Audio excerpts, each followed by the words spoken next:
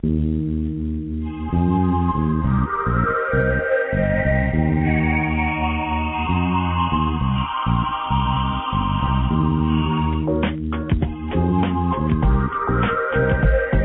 Energy with naturopath and medical intuitive Dr. Rita Louise.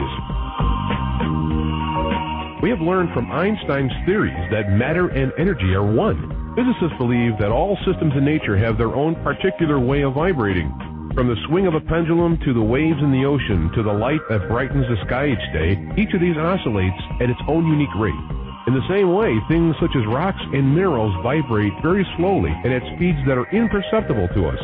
Living things such as plants, animals, and man vibrate faster and appear to be alive. The same holds true for every thought, feeling, event, or word we speak.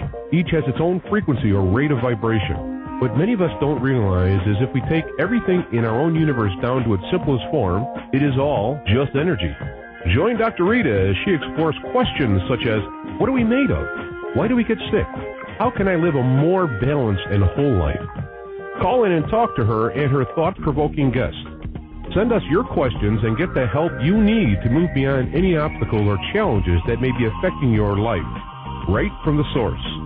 So stay tuned and explore your possibilities.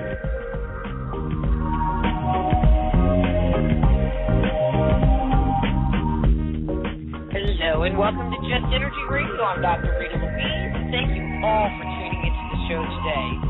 Just Energy Radio is brought to you by SoulHealer.com and the Institute of Applied Energetics, AppliedEnergeticsInstitute.com.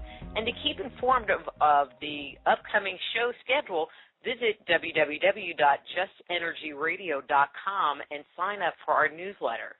So I am happy to say that today, the first Friday in January, marks the beginning of our 5th year of broadcast. So that's 5 years of Just Energy Radio and 4 years worth of archives that you can go check out at that Just Energy Radio website. So if you're new to the show or haven't been to that webpage, 4 years of archives, ongoing, continual, great guests, great interviews, lots of information.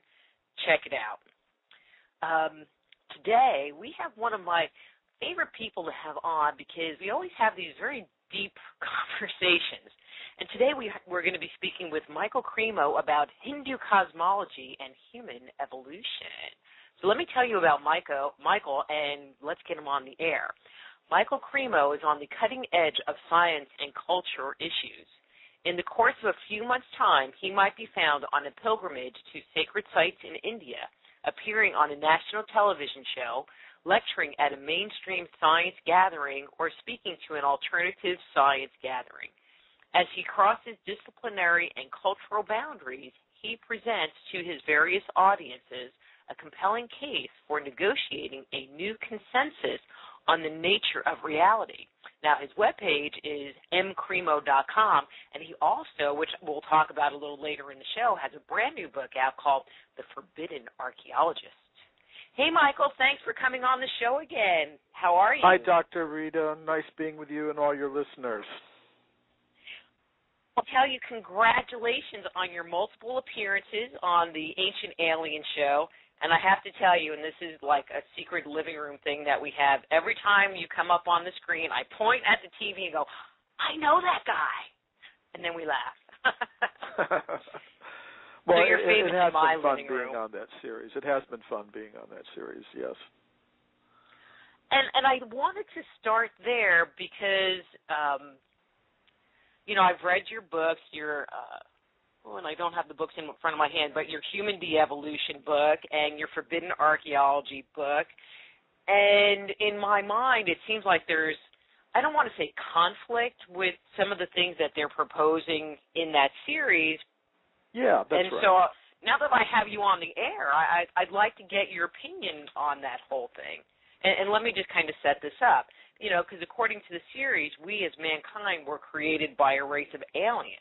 And in your work, you talk about evidence of fully formed modern humans living on Earth like 3 million years ago. What's the connection? Was this race of beings the gods that created us? Well, people, they tend to want very simple answers to the question, where did we come from, as human beings? What is our ultimate origin? And either people want a very simple creation account. God created the first man and woman, and that was it. Or they want a very simple scientific evolution story. The chemicals combined in the Earth's early ocean, and they formed the first single-cell creature, and then gradually that single-cell creature started developing into multi-cell creatures, different animals. They went onto the land. Some of them became monkeys. Some of them became ape men. Some of them became human beings. So some people want a very simple evolutionary account like that. And then some people want a very simple extraterrestrial account that, well, yes, some extraterrestrials, flesh and blood extraterrestrials, came to Earth and saw some ape men and manipulated their DNA and turned them into human beings like us. So people tend to want very simple stories, and they think all three of these things are mutually exclusive. Either it is creation, or it is scientific evolution, or it is extraterrestrial intervention.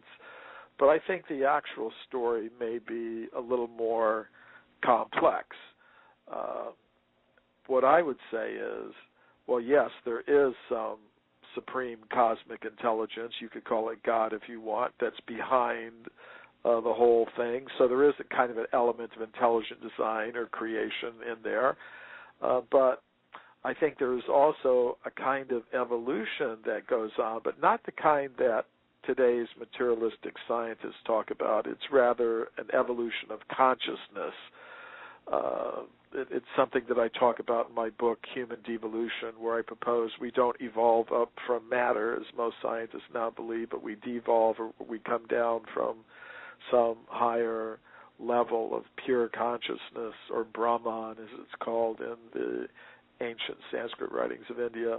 And it's also, I think there's also an extraterrestrial element involved in all of this, because I don't think we're alone in the cosmos. The whole cosmos is populated. We're part of a whole cosmic hierarchy of beings. And some of these cosmic beings, you could call them extraterrestrials if you like, because they're not from this earth, or you could call them gods. That's also a valid terminology for me. They have something to do with the origin of our bodies, because as far as I'm concerned, any body is a vehicle for a conscious self. That's what a body is. It's a vehicle for a conscious self, and the conscious self can exist apart from the body. It can exist apart from matter. It originally exists on what I call a level of pure consciousness. But if it departs from that level, and the reason it would depart is it becomes selfish, because on the level of pure consciousness, the ruling principle is love, which means giving, being unselfish. So if a conscious self becomes selfish or egotistical, it can no longer exist in that harmony, and there must be some other place for it. And this material world is that other place, and here it gets a vehicle in which it can act out its selfish desires. And those vehicles are what we call bodies. And where do they come from? Well, they're designed and built by higher beings in the cosmos. You could call them extraterrestrials. Now, in that documentary series, the Ancient Aliens series, one idea that's presented is that there aren't any real gods or higher beings. They're just flesh and blood extraterrestrials like us who just simply have to have a higher technology. And my perspective is, and according to that perspective, all accounts that we find in different wisdom traditions about gods and angels and higher beings like that are just mistakes that ancient people made. They were visited by so-called flesh and blood extraterrestrials who had a more advanced technology, and the people on Earth mistook them for gods or something. So to me, the two things aren't exclusive. I think, yeah, there were ancient astronauts. There are also gods and angels and astral beings. It's the two things aren't mutually exclusive for me as far as I'm concerned. I don't know if I'm answering your question or not, Dr. No, Rita. you are. No. Okay. No, and in my studies, it seems like many of the ancient cultures had a understanding of, I'm going to call it, an omnipotent God. I mean, there was like God, the creator of man, and then there was this other God who was kind of the creator of reality, which I'm going to make the assumption would correspond to like the creative intelligence of the universe, even though we use the word God. Yeah, according to the Vedic or Hindu cosmology, which I've become very much inspired by in my work and personal life, there is an ultimate source of all being. You can say God with a capital G, if you like to use that word. Of course, that's an English word, but it's not a Sanskrit word. But then there are also what are called demigods, which are beings that are kind of halfway between human beings and the ultimate God. In other words, they're material beings, but they have more control over the different forces and energies in the universe than an average human being would. An example sometimes that I give is like on an airplane.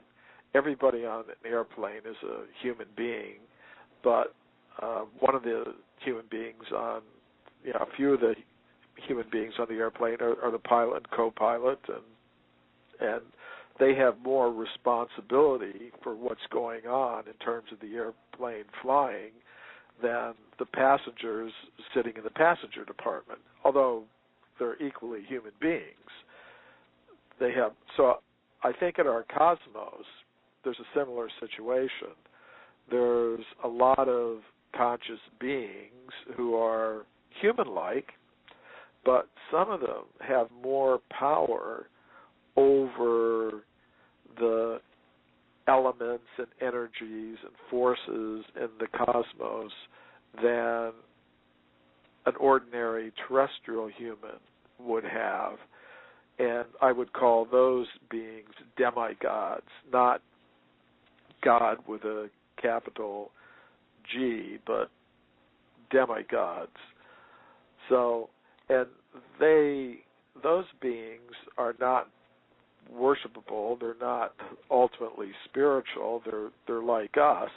They just have more power, and I think that's a reality that we need to confront. It's one reason why I like, although I might not agree with everything that all the ancient aliens theorists say, I do agree with them that there are beings, material beings in the cosmos who are more powerful than we are.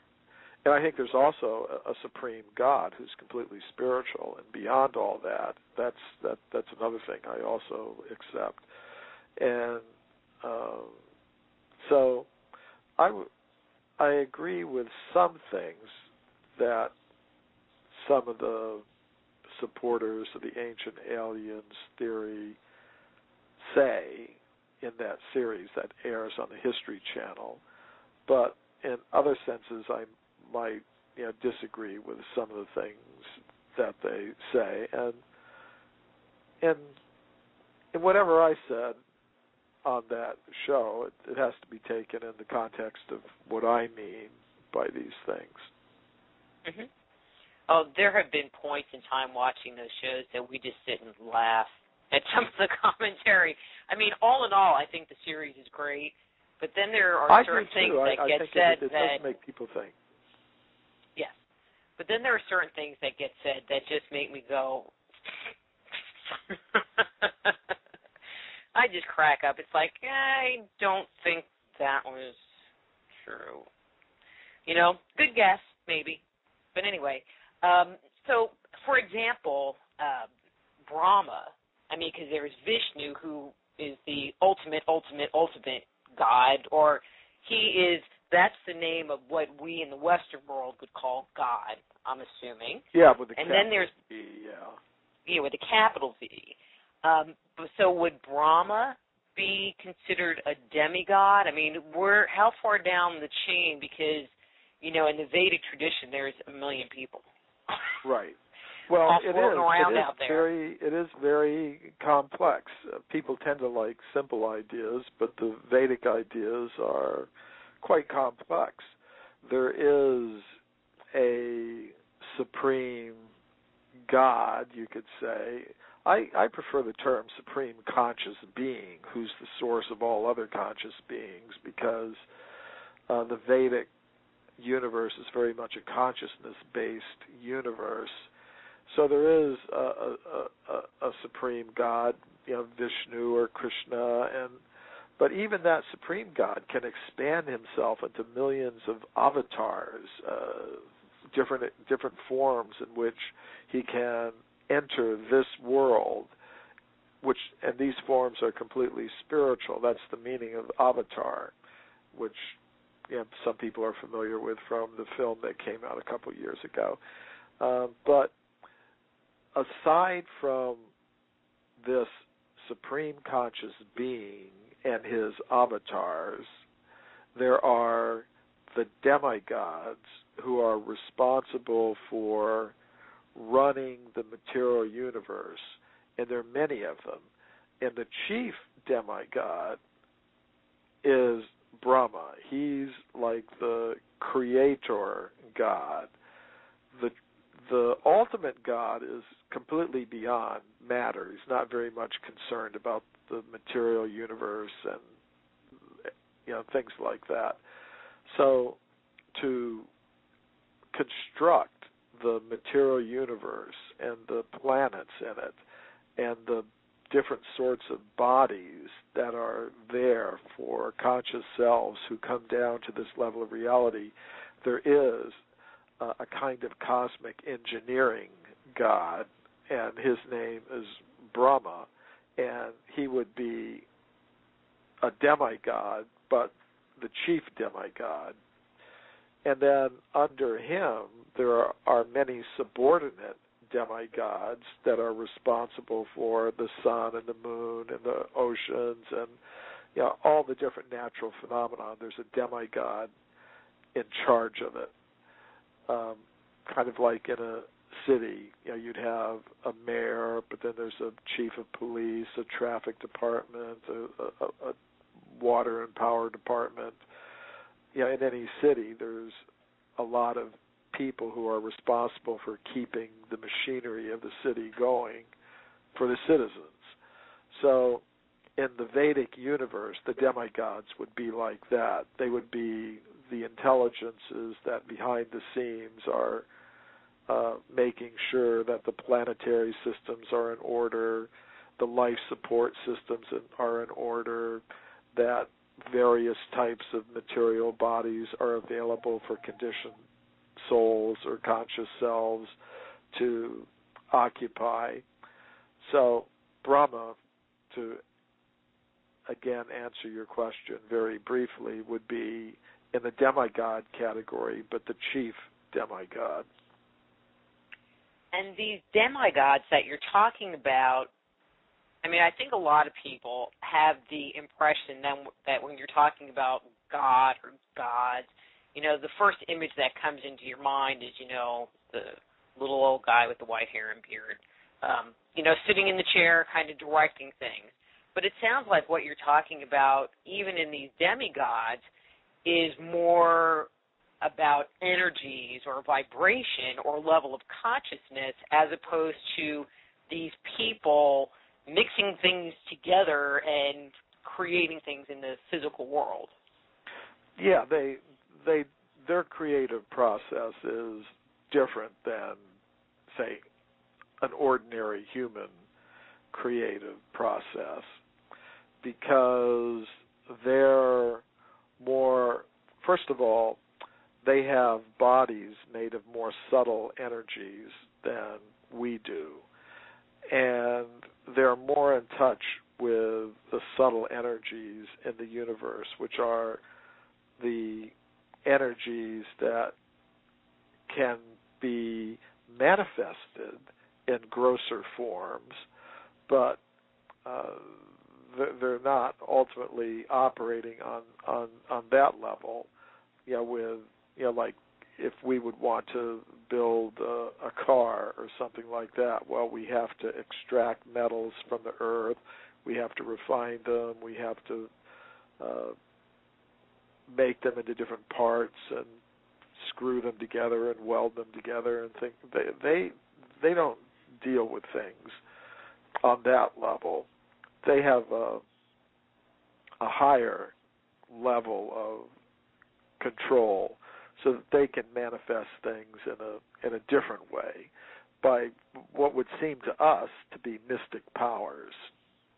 But for them, they're perfectly natural ways of doing things. They're just more powerful. And it's a little difficult for us to comprehend, just like perhaps if you have some ants working in an anthill, and of course they're building their anthill, they have their own little society there, but the ants in an anthill would have very little understanding of how, say, human beings are, building airplanes and computers and manifesting our society. So the same way, just as, say, we as human beings are more intelligent, more powerful than ants in an anthill, there are beings in the cosmos who are similarly more powerful and more intelligent than we are. Maybe we don't like to admit it, but they're able to operate in a way that might seem very mysterious and magical to us, just like ants could hardly comprehend what human beings are doing. I think people are starting to get a little taste of it, like more the general population are starting to get a little taste of that when you start bringing in concepts like the law of attraction and stuff like that, because it's operating at a more energetic level as opposed to a physical level, and people are actually seeing results in interacting with the world that way. Yeah, if people thought about it, they realize that actually even in our ordinary lives we're operating on a vibrational level. In the Vedic cosmos, everything is done by vibration, and that is the meaning of mantras. Mantras are concentrated sound vibrations, and by vibrating certain sounds at certain frequencies and with a certain level of purity of consciousness, a lot can be accomplished. But even we operate pretty much on the basis of sound. Whenever we want to do something, first we make some sound about it, and then the sound is distributed in the form of orders or commands or agreements that cause people to do things. For example, if someone wants to build a house, the first thing is, well, there's some sound. Somebody says, I want to build a house, and that sound vibration influences the minds of others who go ahead and do it.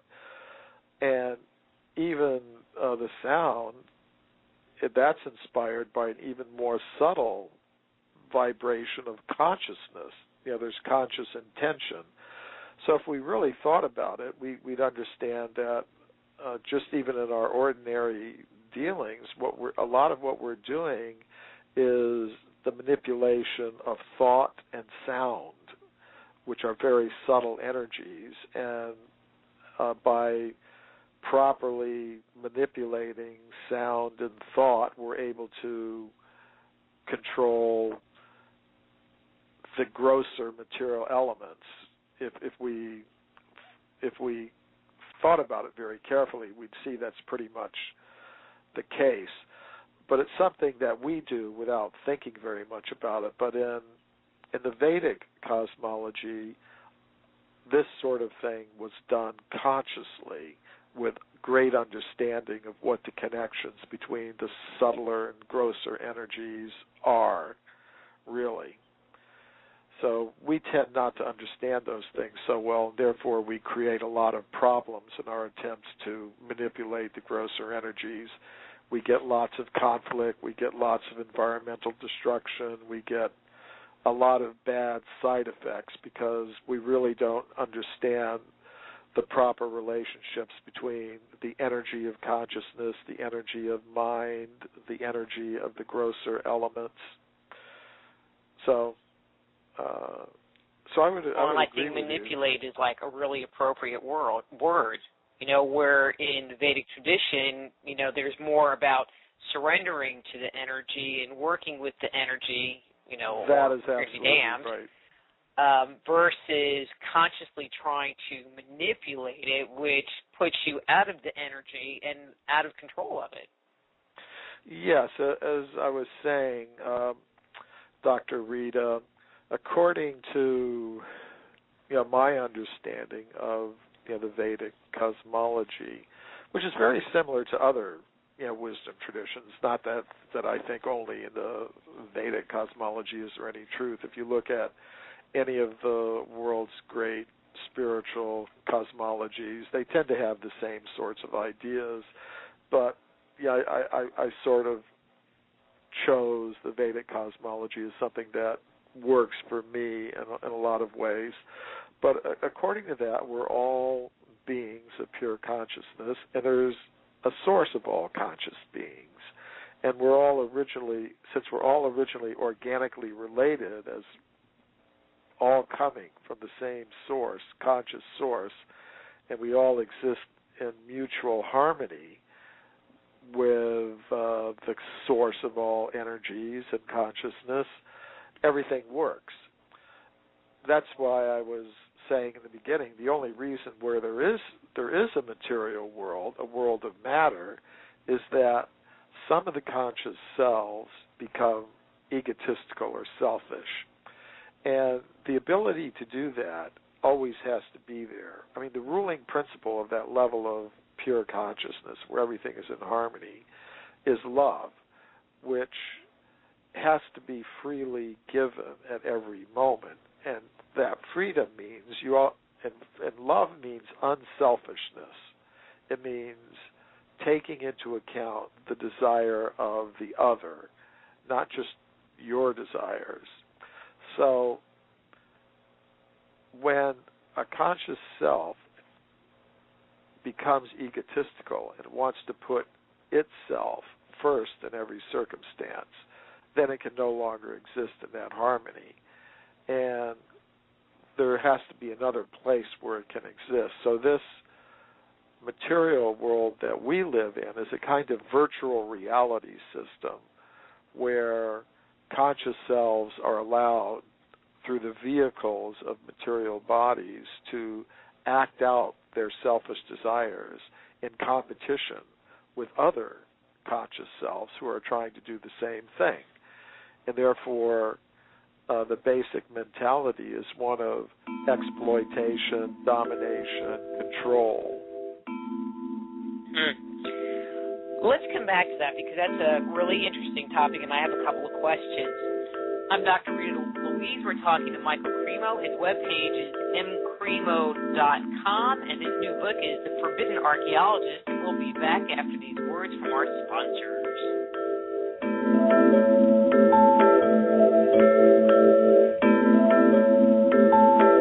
Just Energy Radio with your host, Dr. Rita Louise, will return right after these messages.